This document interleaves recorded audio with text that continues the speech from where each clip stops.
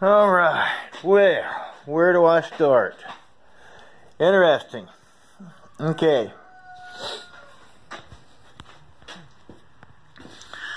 Okay, we got a little bit of this right here. We're good and flush now. Both sides on the top side of the case, bottom side of the case. I don't know if you can see very well from the photos or from the video here. I ended up taking each dowel and grinding. Went ahead and ground on both ends of it. I'm getting them to seat in there now. And then I was getting short on them, and they're awful hard to hold on to over there on the little belt sander.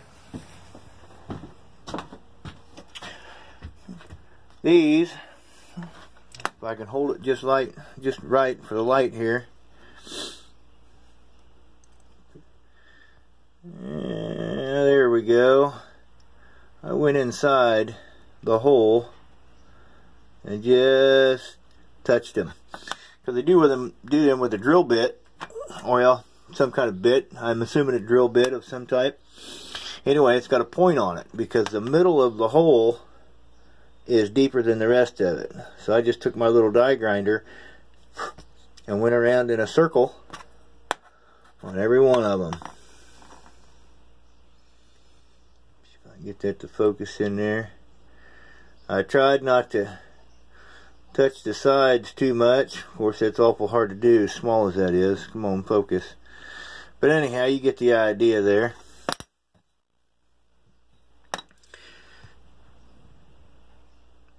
Come on, focus, baby. But yeah, you can see how they're in the middle. If I can hold that steady. You can see in the middle there, it's still kind of a dark gray. It's not shiny. So I just tried to go on the edges and just kind of work it around. So all the bearings seem to sit in there good now. There's no rocking. And I did have that stroker crank, or it's not a stroker crank, but it's an aftermarket counterbalance crank, and it was hitting. So I did just a little bit of cleaning up there, cleaning up some rough edges. Something else I was wanting to show you, if I can figure. There's my straight edge right there. Now, because I was to the frustrated point of just, all right, let's just start over. So I put it back on my hanger here and just pulled the gears and everything off of it, because as I was going around, it would turn the camshaft real nice and easy, except one spot. And it would, one direction, it'd roll the cam out one way, and I'd go the other direction, and it'd pop the cam out of the bearings the other way. So I got to looking, and I didn't put a mark on it. I don't know if you can see this very well or not, but I've got a black magic mark right there. Now, because of the design of these gears, if I can hold this steady, because of the design of these gears, the bottom of the gear and the top of the gear gives you an optical illusion. Okay, but if you just look at the flat, dang that, you can just look at the flat on the top right there, and you come across there. See how that's nice and straight? Now look what I found. Get my thing out of the way here. Can you see it yet?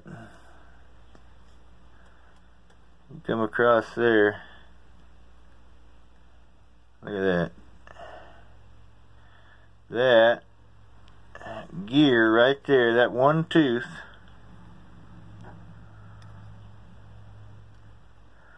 that tooth right there has got a little hook in it that pushes that way.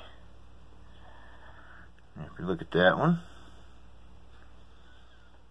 is not like that. You swing over here to this one, It's got just a little bit of a hook to it, almost like when they pulled this. I imagine it got dropped at some point. Would be my guess. Anyway, enough of beating around the bush on that. Yeah. So my cam and lifter, since these were in the 1835 that I was running, I'm trying to keep everything in order. These things have made a new home out of that box right there. So anyhow, hopefully all else, this ought to be it, and she ought to be up and going. So maybe I can finally get all that case hardware put on. Yeah. I'm almost out of that. Brand new tube. No, anyway, it's just these things. We're always learning. Oh, here we go. It's kind of backwards. It's not really the way I try to do that. I don't know how I try to do this. Like this, I think, maybe. So I can see it. Come out here like that. Something like that. I don't know. Everything's reversed backwards. Anyway, so that's what I found. A couple of issues. So the case has been turned. It's 100. I think that's what them were. I remember where my box is at. Let me spin this back around here. Yep, 100, and then standard on the crank. So I would assume that when they turn these, they would make these holes, the pin holes, deeper. Now, when I tore this down, I never gave it a thought to look at the other bearings to see if there was dimples or the pins. If the pins were shorter, because I've got a box here. If I can get this opened up, I can show you my VW engine hardware. So yeah, I've got all of them right there. The engines I've tore down, I just tossed them all in there. But I grabbed a bunch of them and measured. That's the other thing I was going to show you here right quick. Let's see. What do we got here? See, the depth in the case was 207. Depth in the bearing was 120. Well, the overall length of the majority of the pins were 310. Well, so from 310 to 327, that's 17 thousandths. That's like a little over points gap. It ain't much thicker than that piece of paper right there. So you know what? By the time you set that in there, that ain't nothing. So anyway, the pins I ended up grinding down to, most of them were 310 to 313. I ended up grinding the pins down to where they was all about, one of them is 278, the other ones were right around 285. Well, let's see if I can do that. There we go. See if I can look y'all straight in the eyes, so to speak. So, anyway, I guess that's it. That's what I found. So if you've got an oversized case, make sure you do some measuring. Make sure them pins are dropped in there all the way. Don't just drop it all together and bolt that case half on it, because you will have problems. It's like VW Darren says. You take that center bearing, you set that top on there, and if it rocks back and forth, you got a problem. You best start looking for it.